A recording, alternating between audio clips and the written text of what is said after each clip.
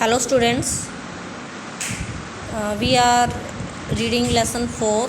The book is An Alien Hand, 7th class English. The name of the lesson is The Cope and the Anthem.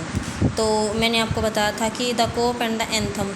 कोप क्या होता है? Policeman. And anthem क्या होता है? Song, या हम राष्ट्रीय गीत या राष्ट्रीय गान कह सकते हैं, लेकिन यहाँ पे ओनली सॉन्ग भी कह सकते हैं यहाँ पे।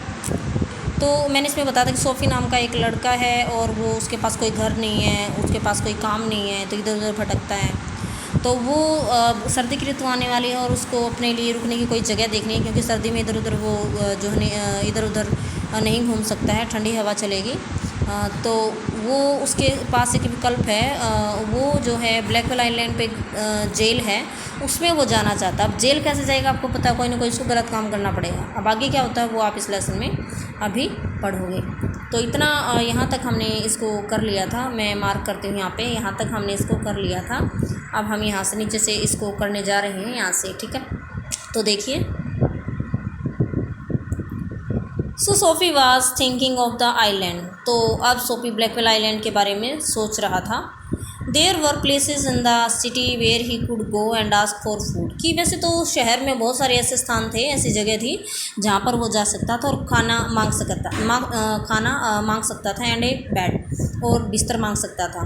These would be given to him, और ये शायद उसको दिया भी जाता। He could move from one building to another, वो एक बिल्डिंग से दूसरी बिल्डिंग जाकर खाना या बिस्तर मांग लेता। And he would next page है।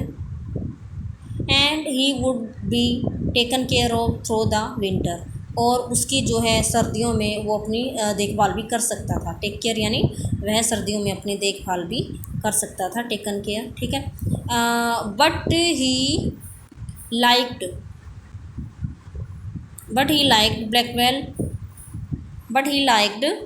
ब्लैकवेल आइलैंड बेटर, लेकिन वो ब्लैकवेल आइलैंड को ही बेहतर समझता था। SoFi spirit was proud, SoFi को जो है अभिमान था, उसकी आत्मा, सोफ़ी की जो आत्मा थी, स्पिरिट थी, उसको अभिमान था, एक घमंड था। If he went to any of this place, अगर वो कुछ मांगने किसी जगह पे जाता है, there were certain things he had to do, कुछ न कुछ तो उसके बदले में उसको करना पड़ेगा। आपको पता है, अगर वो किसी से कुछ मांगेगा तो उसके बदले में काम करना पड़ेगा। इन वन वे और another he would have to pay for what they give him, कोई भी अगर उसको कुछ देता है तो उसके बदले में उसको पे करना होगा। They would not ask him for money, वो उससे पैसे नहीं मांगेंगे, but they would make him wash his whole body, लेकिन वो उसका जो है पूरा शरीर निचोड़ लेंगे, यानी कि उसकी जितनी भी शक्ति है शरीर में वो सारे निचोड़ लेंगे। कैसे? काम करवा के। They would make him answer questions, वे उससे क्वेश्चन पूछेंगे। They would want to know everything about his life, वे उसको अपने घर में रखने से पहले, काम करवाने से पहले उसका सारा पता पूछेंगे, उसके बारे में सारी इन्फॉर्मेशन वो लेंगे, उसके लाइफ के बारे में, ठीक है। कोई भी अगर अपने घर में सर्वेंट रखता है तो उसके बारे में सारी इन्फॉर्मेशन लेते हैं, तो वैसे ही कोई भी करता। No prison was better than that, अब वो काफ़ी अभिमानी था, उसको जो है ना उसके पास कुछ क्वेश्चनों के आंसर थे, और ना ही वो किसी के यहाँ पे काम कर सकता था, ठीक है।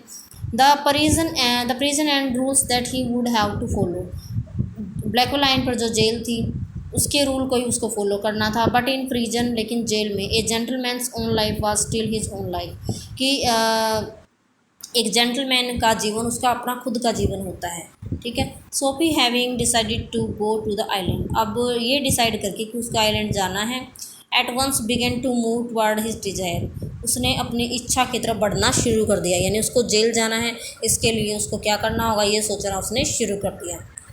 अब आगे आपके 3 मेन पॉइंट्स हैं, देखें यहाँ से हम स्टार्ट कर रहे हैं। First main point is Soapy does his best to be on the wrong side of the law, अब वो कानून तोड़ेगा तभी तो उस जेल जाएगा, तो सोफ़ी खूब कोशिश करता है कि वो जो है कानूनों का उल्लंघन करे। ही ट्राइज 3 ट्रिक्स, वो 3 चाल चलता है, 3 ट्रिक्स, वो 3 चाल चलता है। ऑल इन वेन मीन्स क्या होता है? ऑल इन वेन का मतलब होता है सब बेकार होता है। The fear that no cop will ever catch him makes him sick at heart, sick क्या होता है? बीमार, परेशान या बीमार। तो ये डर उसके मन में आ जाता है। 3 चाल उसकी असफल हो जाती हैं, फेल हो जाती हैं और उसके मन में एक ही डर होता है कि कोई भी पुलिस वाला उसको जो है अरेस्ट नहीं करेगा तो वो जेल कैसे जाएगा, और इस तरह से उसका मन काफ़ी दुखी हो जाता है। सिक एट हार्ट दिया हुआ है यहाँ पे, सिक एट हार्ट, तो वो काफ़ी दुखी हो जाता है। अब फिर क्या है यहाँ पे दिया गया है, there were many easy ways of doing this. तो अब कहता है कि जेल जाने के लिए बहुत सारे ऐसे तरीके थे जो अपनाए जा सकते थे।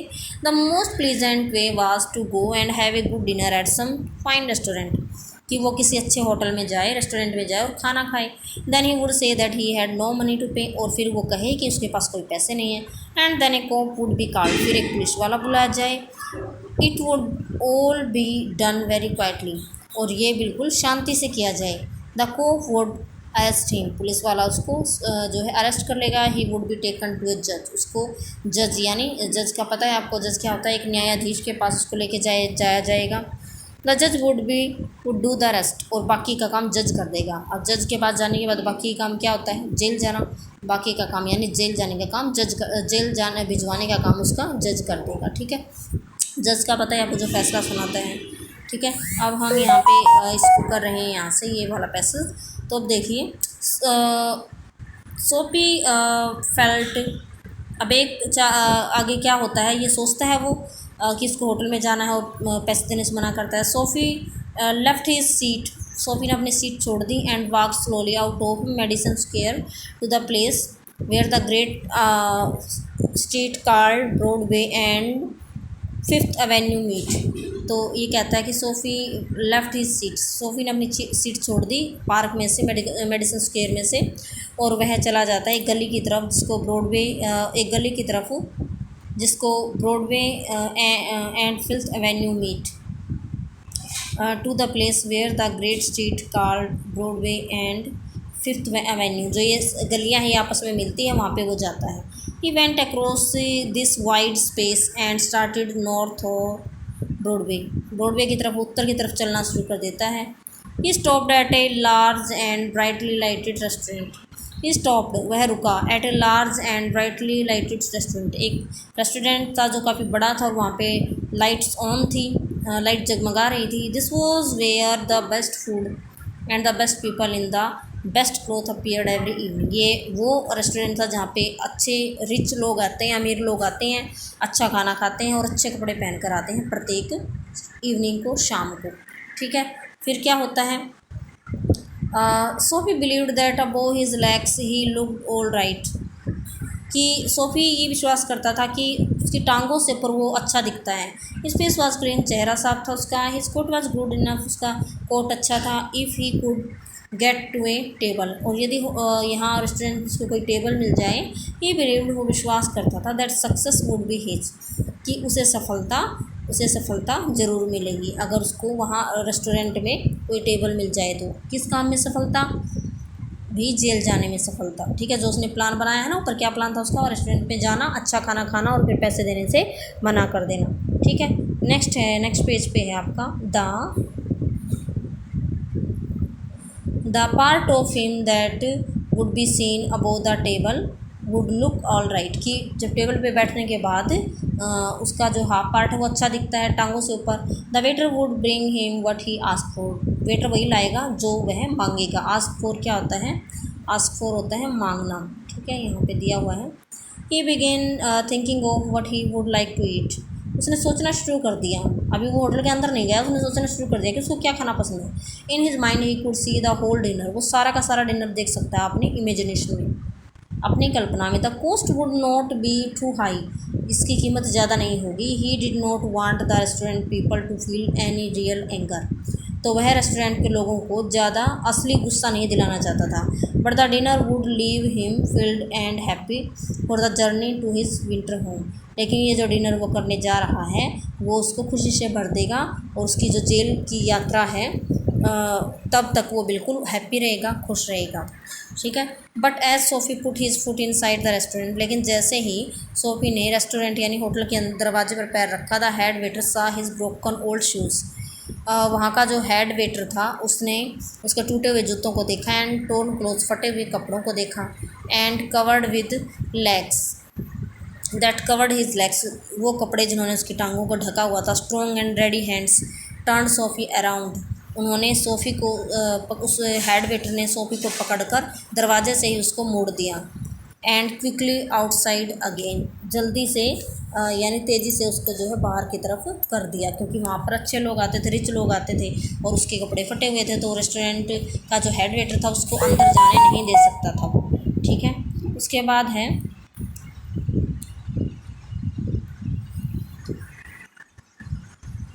बाकी हम कल करेंगे स्टूडेंट्स, ये ज़्यादा हो गई है अभी। आपको उसको बार बार रीड करना है और रीड करोगे तभी आपको क्वेश्चन आंसर समझ आ जाएंगे। ठीक है, तो यहाँ पर यहाँ तक हमने इसको कर लिया है, मैं बता देती हूँ आपको। यहाँ तक हमने इसको कर लिया है, यहाँ तक हम इसको कर चुके हैं। ठीक है, बाकी हम कल करेंगे। Thanks, have a nice day.